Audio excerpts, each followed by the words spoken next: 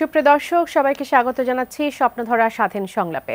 সহযোগিতায় আলোক health care হাসপাতাল, বাবলি ইয়াসমিন। পুরো আয়োজন জুড়ে থাকছে আপনাদের সঙ্গে। আজ আমার নির্ধারিত বিষয় আইন শৃঙ্খলার অবনতি দায় কার, এই বিষয়টি নিয়ে কথা বলবো, আলোচনা করব, বিশ্লেষণ করব। আমার সঙ্গে স্টুডিওতে সম্মানিত অতিথি এম রশিদুজ্জামান মিল্লাত, কোষাধ্যক্ষ বিএনপি ও সাবেক সংসদ সদস্য উপস্থিত আছেন। স্বাগত জানাই ভাই আপনাকে এই আয়োজনে। এছাড়া আমাদের সাথে যুক্ত হবেন নূর খান লিটন, মানবাধিকার কর্মী। আমরা তাকে নিশ্চয়ই পেয়ে যাব কিছুক্ষণের মধ্যেই। আইন শৃঙ্খলা পরিস্থিতি এক বছর পর, এই সরকার যখন ক্ষমতা নিল তার এক বছর পর আমরা যখন অনেক উন্নতির চিন্তা করছিলাম, তখন পরপর বেশ কয়েকটি ভয়াবহ ঘটনা, একেবারে মিটফোর্ডের ঘটনা থেকে শুরু করে খুলনার ঘটনা থেকে শুরু করে বেশ কয়েকটি ঘটনা আমাদের জানান দিয়ে যাচ্ছে যে পরিস্থিতির উন্নতি আমরা যেটা আশা করেছিলাম সেটা আসলে হয়নি। এর কারণটা কি? কেন সরকার এই যে আইন শৃঙ্খলা পরিস্থিতি সেটা নিয়ন্ত্রণে রাখতে বারবার ব্যর্থ হলো? ধন্যবাদ আপনাকে। আপনার টেলিভিশনে মাঝে মাঝে আসা হয়, তো আজকের এখনকার দিনটা এখনও যে আমরা আসছি একটা উৎকণ্ঠার মধ্যে আছি, কিন্তু যে দেশের পরিস্থিতি ঘোলাটে করার জন্য একটি রাজনৈতিক দল, আপনার বিশেষ করে দুইটি রাজনৈতিক দল, এনসিপি এবং জামাত ইসলাম, আমি নাম ধরেই বললাম, তো তারা বিশৃঙ্খলাটার সৃষ্টি করছে। এটা স্পষ্টত হয়েছে গত 2 দিন। আপনার যে মব কালচার, যেটা নিয়ে আমরা অনেক দিন কথা বলছিলাম, যে বিএনপি একটা বড় দল, এই দল তো চাবে সবসময় একটা সুষ্ঠু অবাধ নিরপেক্ষ নির্বাচন হোক, কারণ নির্বাচন হলে তারা ক্ষমতায় আসার সম্ভাবনা বেশি। সেই জন্য আমরা কিন্তু সবসময় এই সরকারকে সহায়তা দিয়ে আসছিলাম, কিন্তু সেই সহায়তাটাই সরকার হয়তো নিতে চান না। এবং নিতে চান না কেন? তারা তাদের ক্ষমতাকে দীর্ঘায়িত করার জন্য এখন মনে হচ্ছে আর কি, যে ক্ষমতাটা দীর্ঘায়িত করতে পারলে অনেক দিন ক্ষমতাটা এনজয় করা যাবে। তৎসঙ্গে যেহেতু সুবিধাপ্রাপ্ত এনসিপি এবং জামায়াতে ইসলাম, তারা দুইজনই মানে সরকারি দল হিসেবে নিজেদেরকে প্রচারণায় ব্যস্ত এবং তারা সুবিধা ভোগ করছে।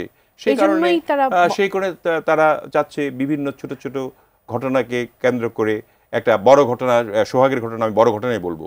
সেই বড় ঘটনাটা আপনি দেখেন এখন তদন্তে সব বেরিয়ে আসছে, যে এখানে আমরা তাৎক্ষণিকভাবে আমাদের যে বিএনপি থেকে যে এই ঘটনাটা ঘটলো, সঙ্গে সঙ্গে কিন্তু তাদের সঙ্গে যারা হত্যা করলো, তাদের সঙ্গে যাদের সংশ্লিষ্টতা আছে তাদেরকেও কিন্তু বহিষ্কার করা হয়েছে, এবং তারা সেখানে ছিল না। আর যারা হত্যা করলো তাদেরকে আপনার এখন পর্যন্ত ধরাও হলো না। আইন শৃঙ্খলা পরিস্থিতির অবস্থা দেখেন কীরকম। এখন এই আইন শৃঙ্খলা পরিস্থিতিকে আপনি যদি ইচ্ছে করে উস্কে দিয়ে বা নিজে ইচ্ছে করে যদি, অনেকটা তো 5ই আগস্টের পরে যে 3 মাস যে অবস্থা ছিল, তারপরের 3 মাস তো একটু ভালো হয়েছিল, তারপরের 3 মাস আরও ভালো হয়েছিল। এই লাস্ট মান্থ থেকে আরম্ভ হয়েছে যে বিশেষ করে আমার মনে হয় আর কি, যে প্রধান উপদেষ্টা এবং আমাদের প্রধান ভারপ্রাপ্ত চেয়ারম্যান জনাব তারেক রহমানের সঙ্গে যে বৈঠকের পরে যে একটা আলোচনা হলো, তাতে করে বোঝা গেল যে একটা নির্দিষ্ট সময়ে নির্বাচন হবে, সেটা হয়তো ফেব্রুয়ারির মধ্যেই হবে আর কি, ফেব্রুয়ারির প্রথমার্ধেই হবে। এই ধরনের যে একটা বাতাস আমরা পেলাম সেই বৈঠকের পরে, তারপরে কিন্তু 1 মাস 1.5 মাস কিন্তু মানুষজন কিন্তু একটা স্বস্তির নিঃশ্বাস ফেলেছিল। তারপরে থেকে এটা দেখা গেল যে একটা কুচক্রী মহল, যারা দেশে অস্থিতিশীল অবস্থা ঘটাতে চায়, যারা তাদের ক্ষমতাকে দীর্ঘায়িত করতে চায়, বা যারা মনে করে যে নির্বাচন হলে তো আমরা ক্ষমতায় বা আসতে পারবো না, বা আমরা এটার ভাগ পাবো না। কিন্তু যখন আপনি সরকারের কথা এখানে বলছেন, তখন তো দায়টাও তো সরকারের উপরেই যাচ্ছে। দায় তো ডেফিনেটলি সরকারের উপর। আমরা তো সরকার নই। দেখেন, আমরা যে র্যান্ডমলি যে আমরা সরকারকে সহযোগিতা দিয়ে আসছিলাম, এবং শীর্ষ 2 নেতার বৈঠকের পরেও আমরা বলেছিলাম যে আমরা এই সরকারকে সহযোগিতা দিয়ে যাব until and unless they go for election and একটা সুন্দর হ্যান্ডওভার করে তারা বিদায় নেন। সে পর্যন্ত আমাদের দল কিন্তু প্রতিশ্রুতিবদ্ধ ছিল সহায়তা করবে। এখন এই সহায়তা, এই সরলতার কারণে যদি তারা মনে করে থাকে যে এটা ঠিক আছে, তারা তো শান্ত হয়েছে, এখন আমরা তাকে ট্র্যাপে ফেলতে পারি, এই ধরনের একটা ট্র্যাপ চিন্তা করে তারা এই মবগুলি করার চেষ্টা করছে। দেখেন আপনি সারা বাংলাদেশে, আমি একটা কথা বলি বাবলি আপা, যে দেখেন এই সারা দেশে আপনার এই মব কালচারটা সৃষ্টি করলো কে, এবং মব কালচার সৃষ্টি করার পেছনে কে, আপনি কিন্তু বুঝতে পারেন। আপনার মব কালচারটা যে এই যে বন্ধ করার জন্য দায়ীটাকে এই সরকার। এই সরকারের দায় দায়িত্ব যে ছিল এবং সক্ষমতা কম ছিল আমরা জানি, যে এই সক্ষমতাটা বাড়ানোর জন্য আমরা প্রত্যহ তাদেরকে বিভিন্ন জায়গা থেকে আমরা সাহায্য করছিলাম। বিশেষ করে আমাদের ভারপ্রাপ্ত চেয়ারম্যান সাহেব প্রতিনিয়ত আপনার যে বক্তৃতায় যেভাবে নিয়ন্ত্রণ করেছেন সারা বাংলাদেশের আমাদের নেতাকর্মী যারা উচ্ছৃঙ্খল ছিল। নিয়ন্ত্রণ কি আসলে হয়েছে সেই প্রশ্নটিও কিন্তু আমার আছে, কেননা আপনারা যেভাবে তারেক রহমানকে সবাই যতটা বলছিলেন যে যতটা পরিপক্ক বা সেন্ট্রালি আপনারা যতটা চেষ্টা করেছেন নিয়ন্ত্রণ করার জন্য, কিন্তু তৃণমূল পর্যায়ের চিত্রটা কিন্তু আমরা ভিন্ন ভিন্ন দেখতে পাচ্ছি। বিশেষ করে চাঁদাবাজির নানান ঘটনা যখন জনসম্মুখে চলে আসছে, এমনকি মিডফোর্ডের ঘটনাটিও কিন্তু একেবারে আপনাদের দলের যিনি খুন হয়েছেন তিনি এবং যারা খুন করেছেন সেখানেও আপনাদের দলের নামই বারবার আসছে। এখন দেখেন চাঁদাবাজি, এখন মিরপুরের ঘটনা তো ভাঙ্গারির ব্যবসা নিয়ে একটা ঘটনা ঘটেছে, সেটাকেও চাঁদাবাজি নাম দেওয়া হয়েছে। আসলে চাঁদাবাজি নয়, এটা তো প্রমাণিত হয়েছে। এই 2 দিনে তো সবাই বাংলাদেশের সমস্ত মানুষ বুঝতে পেরেছে, আপনিও বুঝতে পেরেছেন।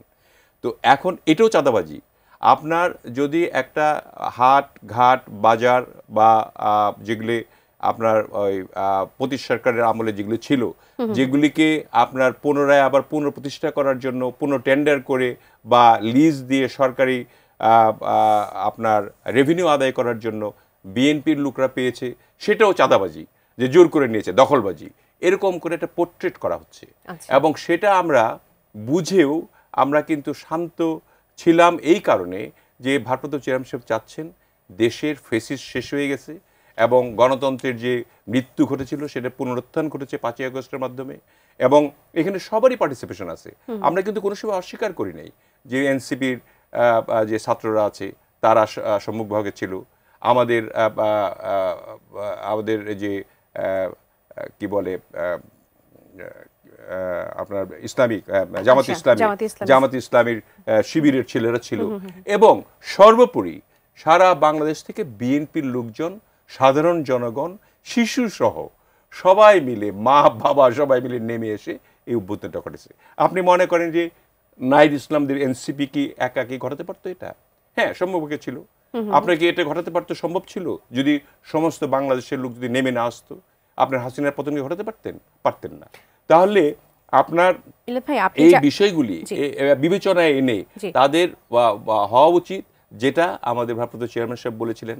ইভেন কি আমাদের দেশনেত্রী বেগম খালেদা জিয়া অসুস্থ অবস্থায় এবং 3 মিনিটের একটা বক্তব্য তিনি বলেছেন, প্রতিহিংসা নয়, প্রতিরোধ নয়, এখন ঐক্যবদ্ধ হওয়ার সময়। আমরা যে চমৎকার ছিল, এবং ঐক্যবদ্ধতার জন্য আমরা কিন্তু ঐক্যের কোনো বিকল্প নাই। আমাদের যে বর্ধিত সভা হলো সেখানেও কিন্তু আমাদের ভারপ্রাপ্ত চেয়ারম্যান তারেক রহমান বলেছে ঐক্যের কোনো বিকল্প নাই।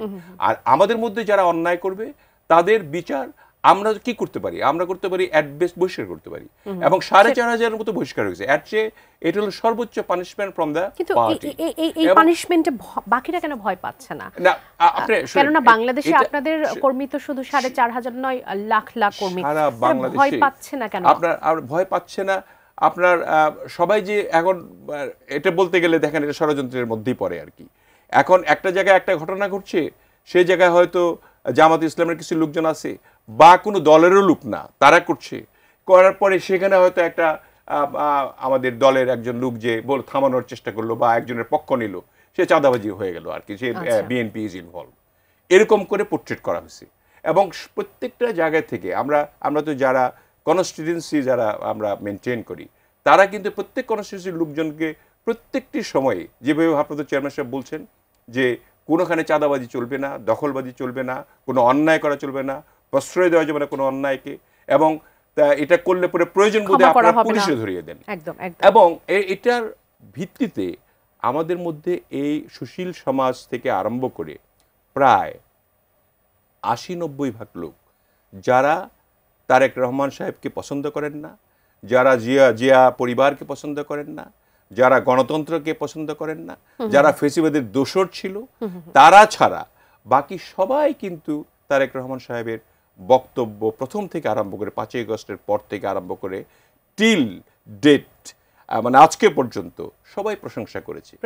আচ্ছা, এই প্রশংসার যোগ্য তিনি, এবং যে বক্তব্যগুলো দিয়েছেন আমাদের অনেক নেতাকর্মী যারা ধান খেতে শুয়েছিল আপনার মার রিক্সা চালিয়ে আপনার জীবনযাপন করেছে, যারা বাড়িতে থাকতে পারে নাই, যারা গুলিবিদ্ধ হয়েছে, যারা মৃত্যুবরণ করেছে, যারা গুম হয়েছে, যারা খুন হয়েছে, এই সমস্ত ছেলেপেলেরাও যদি কোনো কিছু অন্যায় বা অন্যায়ের মতো, যে কথাটা একটু আগে বললাম, যে একটা জায়গায় হয়তো মীমাংসা করতে গিয়েছে বা একটা ঘাট বা হাট সেটা সে ডাকতে গিয়েছে, দখল করতে গিয়েছে, এটার যদি কোনো কমপ্লেন সেটা তাকেও বহিষ্কার করা হয়েছে। মানে এতটা নির্দয়ভাবে আমরা এটাকে কন্ট্রোল করার চেষ্টা করছি। সেই ক্ষেত্রে একটু সহানুভূতি থাকা দরকার ছিল আমাদের, যারা ঐক্যবদ্ধভাবে ফেসিস্টকে আমরা পতন ঘটালাম, যারা আমরা সকল মানুষ মিলে, সেখানে সকল দল মিলে, আমাদের সঙ্গে ঐক্য জুটেছিল 29টি দল এবং এনসিপি, জামাতে ইসলাম, আরো কিছু বাম দল এবং জনগণ, সবাই মিলে আমরা ফাটল কি শুধুমাত্র ক্ষমতার দ্বন্দ্বে, নির্বাচনের জন্য নাকি আসলে কিসের জন্য? এই ঐক্যটার ফাটল নিশ্চয়ই আপনার নির্বাচনের জন্য, নির্বাচন পিছিয়ে দেওয়া। কিছুদিন আগে উইথ ডিউ রেসপেক্ট আমি বলতে চাই যে আমাদের চিফ অ্যাডভাইজার সাহেব উনি বলেছিলেন যে একটি দিন শুধু নির্বাচন চায়, জাপানে গিয়ে বলেছিলেন। আসলে তো তা নয়। নির্বাচন চায় আপনার প্রশাসন, নির্বাচন চায় পুলিশ, নির্বাচন চায় আর্মি, নির্বাচন চায় জনসাধারণ, নির্বাচন চায় ব্যবসায়ীরা, এবং নির্বাচন চায় সবচেয়ে বড় দল বাংলাদেশে এখন বিএনপি। তো সবাই নির্বাচন চাচ্ছে, আপনার নির্বাচন দিতে অসুবিধা কোন জায়গায়? আপনি বলতে পারেন সংস্কারের ব্যাপার, সংস্কার তো প্রায় সবগুলি মানা হয়েছে।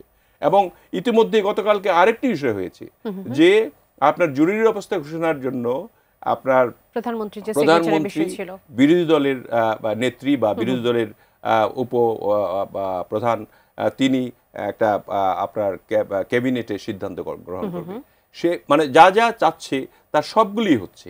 এবং দেখেন কত বড় স্যাক্রিফাইস আমাদের ভারপ্রাপ্ত চেয়ারম্যান সাহেব, বয়স তো খুব বেশি হয় নাই এখন, তো আপনার মানে তাকে তরুণ বলবেন আপনি আর কি, অথবা যুবক বলতে পারেন, কারণ আপনাদের বয়সের হিসাবে 60 বছর পর্যন্ত এখন তরুণ, 60 থেকে আপনার 70 পর্যন্ত যুবক, তারপরে আপনার আসলে বাঁচি কতদিন, মানে এরকম না, এরকম একটা মানে স্ল্যাশ করা হয়েছে আর কি।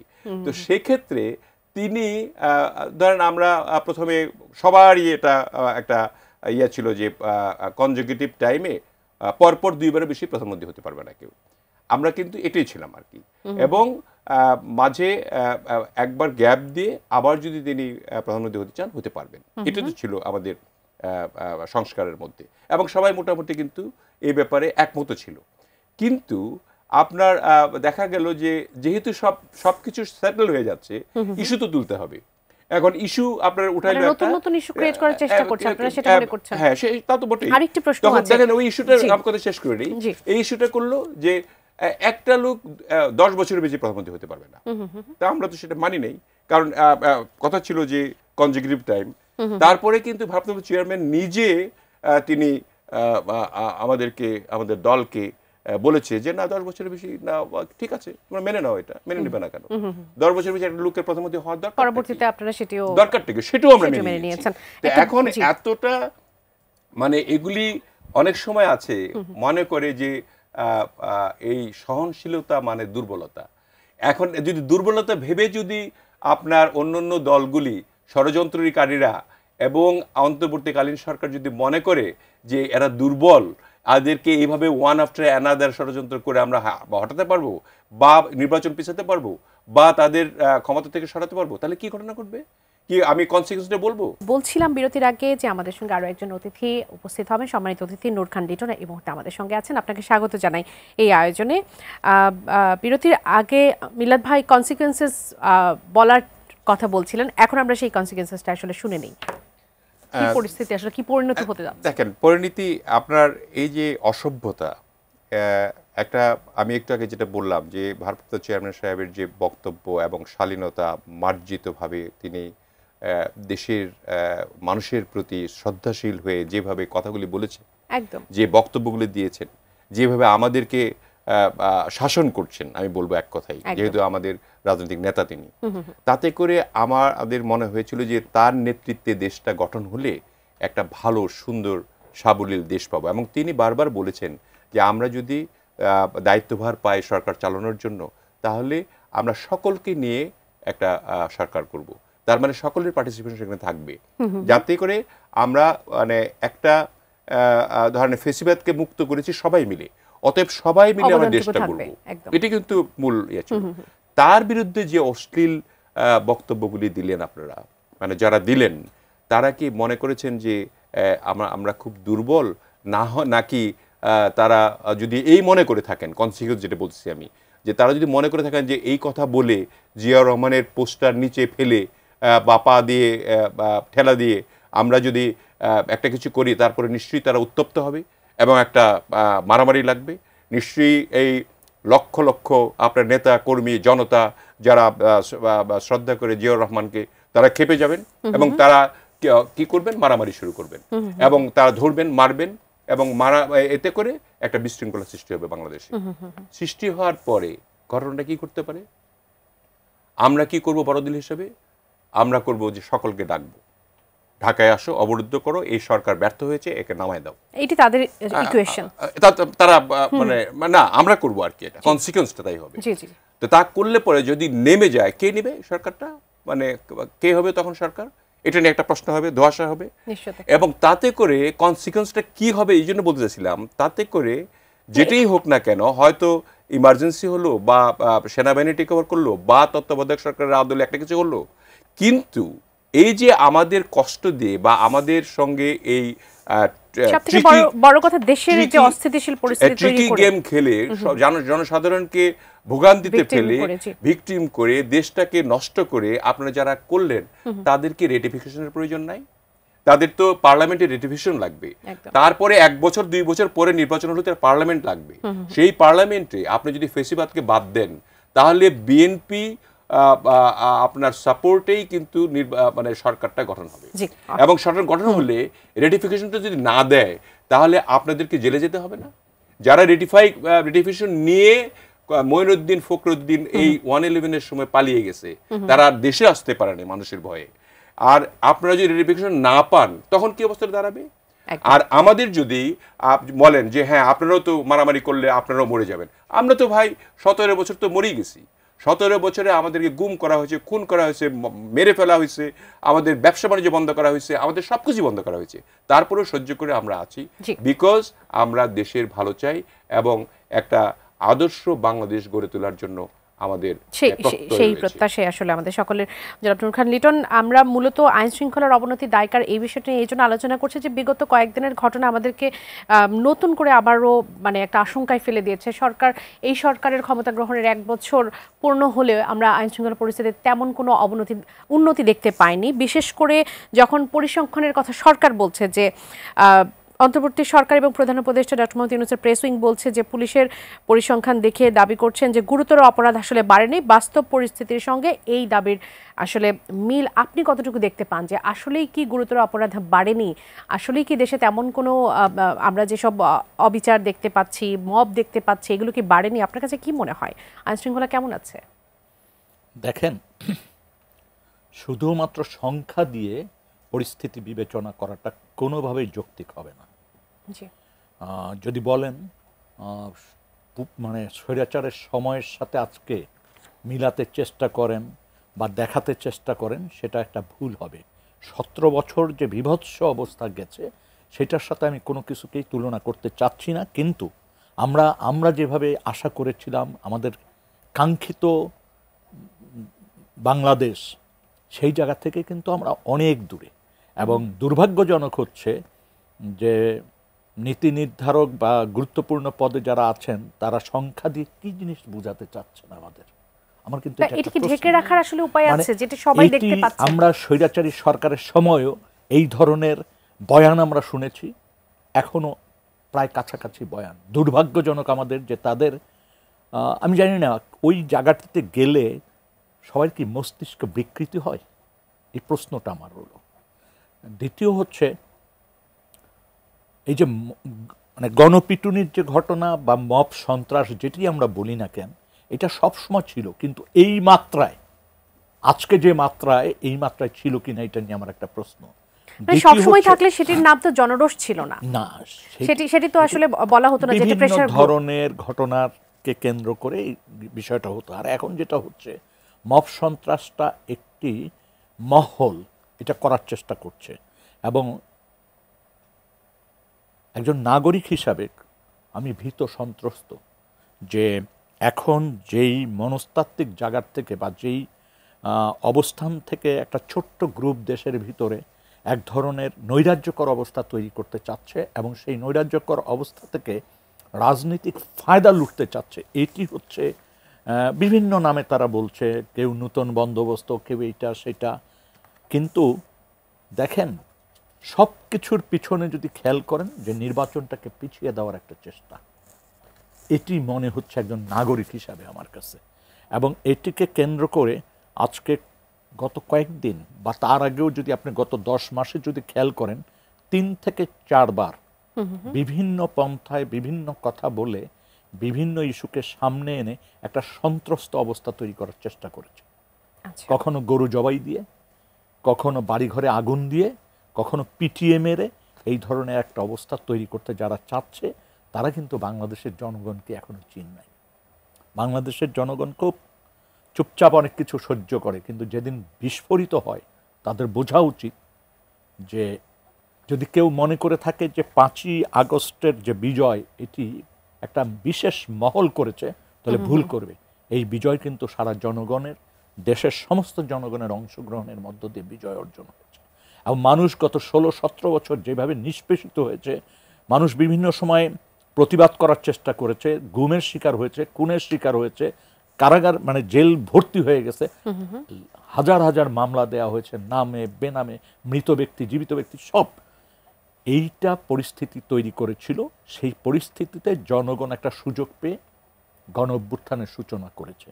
এবং সেই গণ অভ্যুত্থানের পরবর্তীতে আমরা দেখলাম কেকের পিস কেটে যেমন আমরা টানাটানি করি না, এইটার বিজয়টাকে ঠিক সেইভাবে টানাটানি করার চেষ্টা হচ্ছে।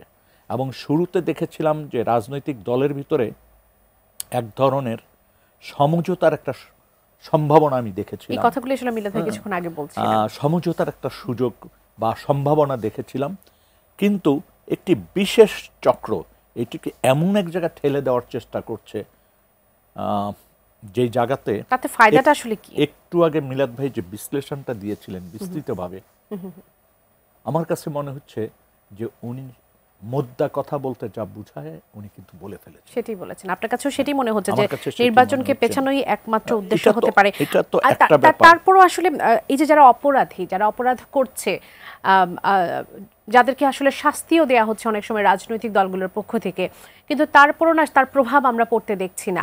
মানে এটির কারণ রাজনৈতিক যে ছত্রছায়া, তাতে অপরাধ বাড়ছে, এটি কেন কমছে না? এটা আপনি যদি খেয়াল করেন, বাংলাদেশের রাজনৈতিক সংস্কৃতিতে গত প্রায় 2 যুগ ধরে একটা পরিবর্তন হয়ে গেছে।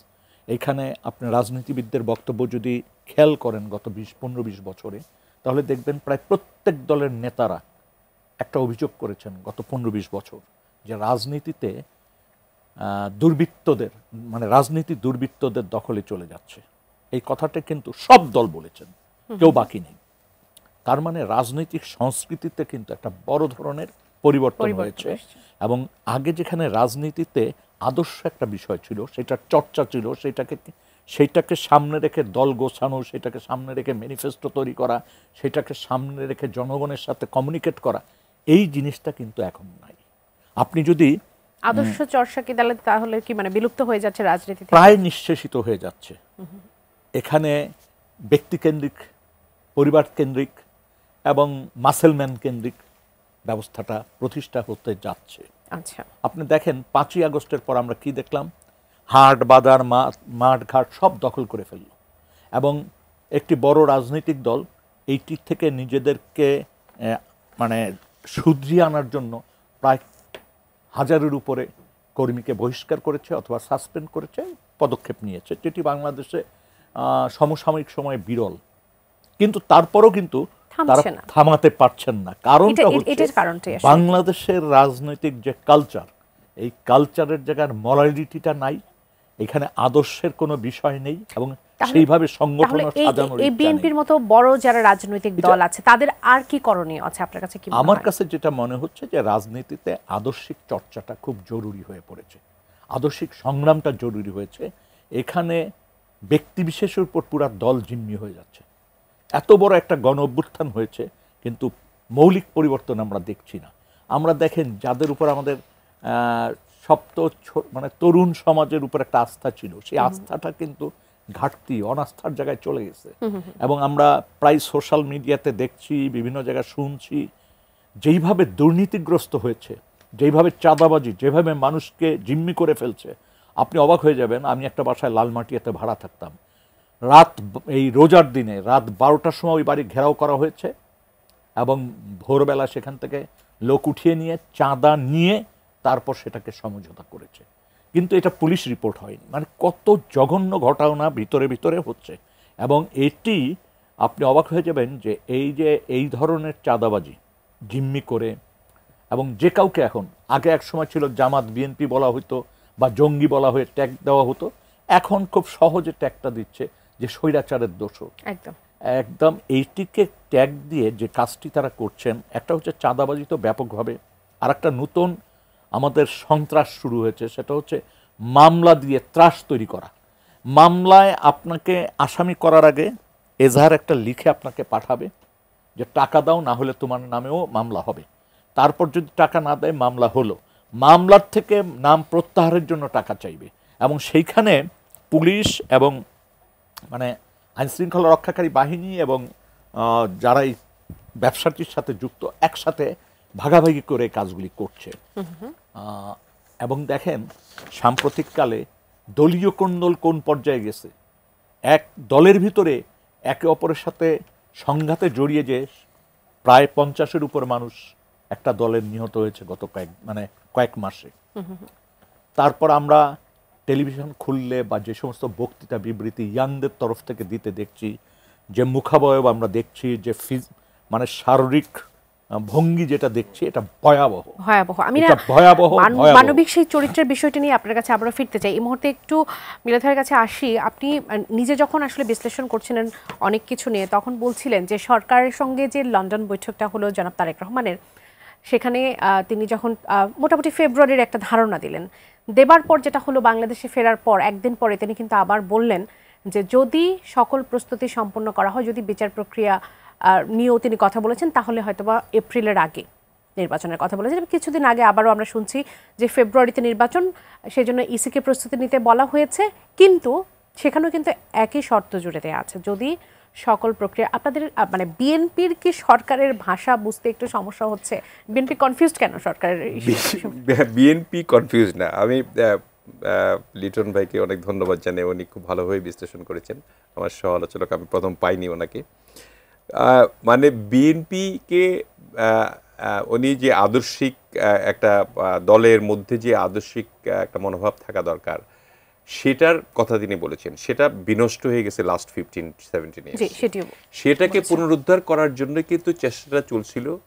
এবং আমাদের তরফ থেকে আমরা মানে একটু ছাড় দিয়ে দিয়েছি, ঠিক আছে একটু সময় নিচ্ছে, একটু যদি ভালো হয় ছেলেপেলেরা রাজনীতি করবে। তারপরে যেহেতু ট্যাগ দেওয়া হতো জামাত বিএনপি, এরকম বিগত সরকার, জামাতও নিশ্চয়ই এটা অনুধাবন করবে, বিএনপি তো নিষ্পেষিত দল, তার তো অনুমোদন করতেই হবে, তার 17 বছর সেই চেষ্টা করছে, তো এটা নিষ্পেষিত। হ্যাঁ, জামাত সেটাই বললাম যে দুইজনকে ট্যাগ দেওয়া হয়েছে। তো আমার ধারণা ছিল আর কি। কিন্তু এখনো সে যখন দেখা গেল যে আপনার এখন তো আওয়ামী লীগ নাই, বড় দল নাই, এখন এনসিপি একটা দল করেছে, তাদের ভোটার নাই, এবং তাদের যে অঙ্গভঙ্গি, কথা বলার স্টাইল, তাদের মানে পিএস থেকে আরম্ভ করে তাদের সহযোগীরা যেভাবে চাঁদাবাজির সঙ্গে লিপ্ত, এবং সেটা তো অঙ্গভঙ্গির কথা তো লিটন ভাই বললেনই। এই যে একটা মানে তাদের ধারণা যে আমরাই স্বাধীন করেছি আর ইউনূস স্যার আমাদের সঙ্গে আছে, আমার ধারণা এরকম মনে করে আর কি। তো কাজেই আমরা যা ইচ্ছা বলছে যে নির্বাচন সম্পূর্ণ না হওয়া পর্যন্ত কোনোভাবেই কোনো এখন নির্বাচন সম্পূর্ণ না হওয়া পর্যন্ত আমাদের একটা কথাই যে সামাজিক মূল্যবোধকে ফিরিয়ে আনতে হলে, আপনার আদর্শিক রাজনীতি আবার পুনর্গঠন করতে হলে একটা ভালো নেতার দরকার, এবং যার মনোভাব ওরকম থাকবে জিয়াউর রহমানের আদর্শের মতো, যে আদর্শে এটাকে আস্তে আস্তে আস্তে আস্তে পিউরিফাই করতে হবে। এবং সেটা যতক্ষণ পর্যন্ত আপনি ক্ষমতায় না আসতে পারবেন, আপনি একটা ফেয়ার ফ্রি ক্রেডিবল ইলেকশনে না যাবেন, ততক্ষণ পর্যন্ত এটা আসার সম্ভাবনা নেই। সেই ইলেকশন নিয়েই জিজ্ঞেস সেই- করছিলাম যে ইলেকশন এখন যদি ফেব্রুয়ারিতে না হয় সেক্ষেত্রে বিএনপির কি করণীয় আপনার আছে? ইলেকশন তো ফেব্রুয়ারিতে, আমরা তো বুঝতে পারবো যে ইলেকশনটা ফেব্রুয়ারিতে দিতে না চাওয়া মানে ইলেকশনটা না হওয়া, আমার ধারণা আর কি। আচ্ছা। কারণ এর আগে কিন্তু জামাত ইসলাম বলেছিল যে আমরা রমজানের আগে নির্বাচন রমজানের চাই। আগে নির্বাচন। রমজানের আগে নির্বাচন হলে ফেব্রুয়ারিতে হয়, তো তাদের কথাই হয়তো শুনেছে, সেই জন্য ফেব্রুয়ারি বলেছে। আমাদের এখনো বিশ্বাস, দৃঢ় বিশ্বাস যে ফেব্রুয়ারিতে হবে। আচ্ছা। তো এটা বোঝা যাবে, কারণ তার 3 মাস বা 4 মাস আগে আপনার প্রস্তুতিগুলো গ্রহণ করতে হবে। অগস্ট সেপ্টেম্বর থেকে আপনারা বুঝতে পারবেন। আপনার সেপ্টেম্বরে তো বোঝা যাবে, এবং ডিসেম্বরের মধ্যে ইতিমধ্যেই প্রধান উপদেষ্টা বলেছেন সকল প্রস্তুতি গ্রহণ করার জন্য। এমনকি এই পর্যায়েও নির্বাচন করার জন্য নির্বাচনের ইসি বলেছে যে আমরা এখনো যে এই পরিস্থিতিটা আছে, আমরা আইন শৃঙ্খলা যে পরিস্থিতি থাক না কেন আমরা নির্বাচন করতে সমর্থ এই জন্য বলেছে, হয়তো বা আমার ধারণা যে তিনি আর্মিকে ডাকবেন, তিনি তার আন্ডারে তো সব থাকবেন তখন, ইসির আন্ডারে। এটা তখন আর সরকারের কোনো কিছু থাকবে না। তো আর্মিকে ডাকবেন, আনসারকে ডাকবেন, বিজিবিকে ডাকবেন, পুলিশকে ডাকবেন, ডেকে তিনি একটা সুষ্ঠু নির্বাচন করার এখনো সক্ষমতা তার রয়েছে। যে এই সক্ষমতা, এই নির্বাচনটা যদি এনারা দিতে পারে সুন্দরভাবে, এই 3টি দলই তো, আমরা যে 3টি দলের নাম আসছে আর কি, এনসিপি, জামাতে ইসলাম আর আমরা, এই তো আমাদের এই সবাই মিলে যদি ঐক্যবদ্ধ হয়ে দেশটার জন্য ভালোবাসা নিয়ে যদি কাজ করি, তাহলে কিন্তু ফ্যাসিস্টের আর উত্থান আর হবে না। আর ওরকম এই 15 বছর, লাস্ট 15 বছরের মতো ওইরকম আচরণ এরকম চিন্তাই তো সকলের ছিল, সেখান থেকে এখন দেখেন, আপনার তো জামাত ইসলাম তো স্বাধীনতা চায় নাই, ওই সময় এরকম কিন্তু চলছে আর কি। এই আপনার আলবদর, রাজাকার, এই নানান কিছু কিন্তু এই বাঙালির মধ্যেই বিভক্তি করে তারা কিন্তু করছে এগুলা। এখন আবার একটা সার্বভৌম, এই স্বাধীন সার্বভৌম দেশটা আবার ফ্যাসিস্ট মুক্ত হয়েছে এই 24-এর আন্দোলনে, 24-এর গণ অভ্যুত্থানে।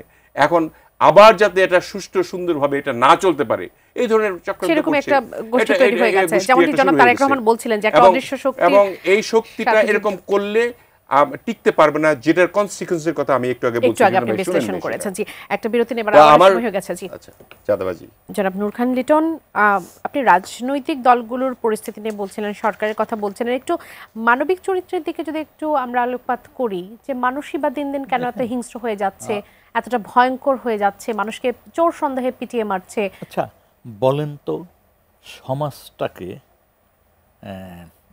গাইড করে কারা? ভ্যানগার্ড হিসাবে সমাজ যে কারা কাজ করে, কিছু পেশাজীবী আছে, যেমন শিক্ষক, জি, যেমন ধর্মীয় নেতারা, রাজনীতিবিদরা, সর্ব জায়গায় তো আপনার মানে ধস নেমে গেছে। রাজনীতিবিদরাই তো দিন শেষে দেশটা পরিচালনা করবে, জনগণকে এগিয়ে নেবে, তাদের তো ধস নেমে গেছে। শিক্ষক সমাজ বলেন, মসজিদ মাদ্রাসার ইমাম সাহেবদের বলেন, প্রত্যেকটা ক্ষেত্রে আমরা ধ্বংস করে ফেলছি। এবং এই ধ্বংসটা কিন্তু 1 বছর 2 বছরে হয়নি, এটা দীর্ঘ প্রক্রিয়ার ফসল। আপনি যদি 5ই আগস্টের পর থেকে 3 মাস যদি পত্রপত্রিকাগুলি খেয়াল করেন, জামাত নেতার বক্তব্য, অর্থাৎ জামাতের যিনি আমির, ওনার বক্তব্য, এবং ওই সময় বিএনপি নেতৃত্বের বক্তব্য, আপনি দেখবেন সেখানে একটা আর্ট ছিল। যেমন ধরেন ইনক্লুসিভ কথাটা এসছে ইলেকশনে, রিকনসিলিয়েশনের কথা ডাইরেক্ট ইনডাইরেক্ট এসছে। ওই জায়গায় থেকে আমরা এখন 100 মাইল দূরে চলে গেছি। শুধু 100 মাইল দূরে না, ইনক্লুসিভের যে কথাটা, সেখানে এখন তো মানে এখন যারা ক্রিয়ারত রাজনৈতিক দল একে অপরকে কিভাবে আউট করে দেবে মাঠ থেকে, সেই চেষ্টায় রত। এবং গত 4 দিন ধরে যা চলছে, যেটা আমরা বলি, সেটি এখন সবাইকে ভুলতে বসেছে। আপনি কি এটি বলতে চাচ্ছেন? সেটি ভুলে একেবারে শুধুমাত্র নিজেদের ভাগাভাগিটা প্রাধান্য পেয়েছে। প্রথম হচ্ছে আমার কাছে যেটা মনে হয়, মেবি আমি রং, যদি আমি ভুল হই তাহলে আমি খুব খুশি হব। আমরা যে কথাগুলি বলছি, নতুন রাজনৈতিক বন্দোবস্ত বা নয়া রাজনীতি, যে নামে যে কথাই আমরা বলি না কেন, সেই বিষয়টি সম্পর্কে জনগণকে আমরা অবহিত করিনি। আন্দোলনটা বাংলাদেশের মানুষ গত 16 বছর ধরে আন্দোলন করেছে, এটা সত্য। বিভিন্ন বিরোধী রাজনৈতিক দল নানাভাবে চেষ্টা করেছে আন্দোলন করতে। সর্বশেষ ছাত্ররা 1 থেকে 1.5 মাসের ভিতর যে ঘটনাটা ঘটাই দিল 5 সপ্তাহের মধ্যে, এটার ঘটনাটা কি ছিল আপনি খেয়াল করে দেখেন। একেবারে আমরা শেষ পর্যায়ে আছি। এখানে ছিল মূল যে বিষয়টা কোটা, সেখান থেকে 8 দফা 9 দফায় গেল, তারপরে 1 দফায় চলে আসলো। এই 1 দফাটাই ছিল জনগণের প্রাণের দাবিটা, এবং এই 1 দফার কারণে জনগণ রাস্তায় এসে সমস্ত শক্তিকে বাইপাস করে সামনে চলে গেছে। পরবর্তীতে আমরা যেটা দেখলাম, বিজয় অর্জন যখন গণঅভ্যুত্থান সফল হলো, তখন আমরা দেখলাম কেকের টুকরা নিয়ে ভাগাভাগি, কে কত বড় নেতৃত্ব দিয়েছে। আপনি দেখেন ভাই, কয়জন সমন্বয়কের নাম জানতেন 5 তারিখ পর্যন্ত? কয়জন নেতার নাম জানতেন? কয়জন ডিবি ধরছে আপনারা চিনছেন? তার আগ পর্যন্ত কি জানতেন? কোন ছাত্র সংগঠন, কোন রাজনৈতিক সংগঠনের নাম শুনেছিলেন? একটা মাঝে মাঝে শুনলাম কি বিপ্লব করতে চেয়েছিলাম, বিপ্লবী সরকার। আরে ভাই, বিপ্লবী সরকার করতে হলে তো বিপ্লবী দল লাগে, জনগণকে সেটা বুঝ দিতে হয়, জনগণকে জানাইতে হয়, জনগণকে প্রস্তুত করতে হয়। তার কিছুই ছিল না, আপনি বলতেছেন বিপ্লব করতেছিলেন। এই সব কথা বলে মূলত আরেকটি অবস্থা তৈরি করতে চাচ্ছিলেন, যেমন রকেট এক একটা স্তর পার হওয়ার সময় তার এক একটা স্তর খসে পড়ে, সেরকম ভাবে আপনি চিন্তা করছেন। কিন্তু জনগণ প্রিপেয়ার না এরকম কোন রাজনৈতিক দর্শনের সাথে এই মুহূর্তে। অসংখ্য ধন্যবাদ মিলাদ ভাই।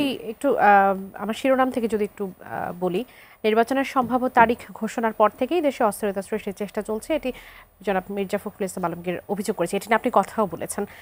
আমার প্রশ্নটা হলো, যখন এই যে অস্থিরতা সৃষ্টির চেষ্টা করছে, সেটিকে প্রতিহত করার জন্য বিএনপি কতটা প্রস্তুত? বিএনপি কতটা আসলে? সেটা আমি খুব ভালোভাবে এক্সপ্লেন করেছি আমি একটু আগেও। আপনি দেখেন 5ই আগস্ট থেকে যদি শিক্ষা কেউ না নেয়, আমরা এই কথাটা বারবার বলেছি আর কি, যে মানুষের মধ্যে যদি স্থিতিশীলতা না থাকে, ধৈর্যশীল না হয়, বা মানুষের জন্য কাজ না করে কোনো রাজনীতিবিদরা, তাদের কিভাবে পতনটা হয় সেটা 5ই আগস্ট আমরা বুঝতে পেরেছি। এবং আমাদের 5ই আগস্টের পরে যে আমরা সবাই মিলে ঐক্যবদ্ধ একটা মনোভাব যে ছিল, সেটা বিচ্ছিন্ন করার জন্য একটা সুকৌশলে, এটা বা আন্তর্জাতিক মহলও থাকতে পারে, পাশের দেশ থাকতে পারে, বা অন্য কেউ থাকতে পারে আর কি এর সঙ্গে যুক্ত, আমার ধারণা আর কি। তো এটা করে বিশৃঙ্খলা সৃষ্টি করে কি হবে সেটার কনসিকুয়েন্স আমি বলেছি আপনাকে। তো আমার কাছে মনে হয় যে একটা আদর্শিক রাষ্ট্র গঠনের জন্য একটা নির্বাচন খুব জরুরি হয়ে পড়েছে, এবং সামাজিক মূল্যবোধ যাতে ফিরে আসে সেইগুলি সন্নিবেশিত করিয়ে আমরা 31 দফা দিয়েছি।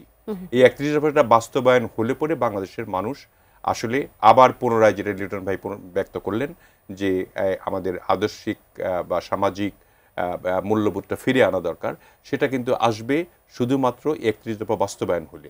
এবং এই এখন সংস্কারের নামে যে সমস্ত কাজগুলি চলছে, সেগুলি অযথা কালক্ষেপণ করা হচ্ছে। মৌলিক কিছু সংস্কার করে খুব তাড়াতাড়ি মানে আপনার এই নির্বাচন দেওয়া উচিত। আর যে প্রশ্নটা করলেন আপনি, যদি না হয় তখন কি হবে? না হয় আমি একটু আগে বলেছি, না হলে সারা বাংলাদেশের মানুষ যেহেতু ভোটের জন্য 17টি বছর ওয়েট করেছে, তারা একটা ভোটের জন্য যদি ডাক দেওয়া হয় যে তোমার ভোট তুমি 2 মাসের মধ্যে দিতে পারবে যদি এটি আন্দোলনটা করো, আমাদের রাজনীতি মানে কোনো রাজনৈতিক দল আমরা যদি ডাক দেই, বিএনপি যদি ডাক দেয়, সমস্ত জনগণ চলে আসবে। এবং তখন কিন্তু আপনার রাষ্ট্রের যে বিশৃঙ্খলা, সেই জিনিসটা আমরা চাই না, জন্য এই কাজটি করছি না। এখন ডক্ট্রিন অফ নেসেসিটি বলতে একটা কথা আছে, যেমনটি সরকার বলছে, যেমনটি এনসিপি বলছে যে নির্বাচন সংস্কার ছাড়া যদি নির্বাচন হয়, তাহলে আবারও ফ্যাসিবাদ ফিরে আসবে, সেই পরিস্থিতি তৈরি হবে। এজন্যই তারা সংস্কারকে এতটা দ্রুতভাবে আসলে চাচ্ছে। সংস্কার তো সব হয়ে গেছে, এবং সংস্কারগুলি সবগুলি কিন্তু রেটিফাই করতে হবে আপনার পার্লামেন্টে গিয়ে। আর সংস্কার একদিনই সবগুলি করতে পারবেন না আপনি, সংস্কারগুলি করতে হবে পার্লামেন্টে গিয়ে এক এক করে। আপনি যেগুলি আছে ধারাবাহিকভাবে 87টা সংস্কার কিন্তু হয়ে গেছে, এবং এরপরে আরো যেগুলি আছে আস্তে আস্তে এগুলি হবে। দেখেন মৌলিক বিষয়গুলি কিন্তু স্থির হয়ে গেছে। আপনার ইভেন এনসিপি পর্যন্ত মানে ওরা কম বুঝে, তবু ওরা বলেছে যে ঠিক আছে, পিআর সিস্টেমে এখন আপার যে টায়ারটা আছে, হাউসটা আছে, সেখানে পিআর সিস্টেমে করুক, একটা জায়গায় আসছে আর কি। অন্তপক্ষে এই মানে আপনার পার্লামেন্ট ইলেকশনে যারা ইলেকশন করবেন, আমাদের মানে কি বলে সংসদ নির্বাচন, সেটাতে তারা আর পিআর সিস্টেম থেকে বেরিয়ে আসছে আর কি।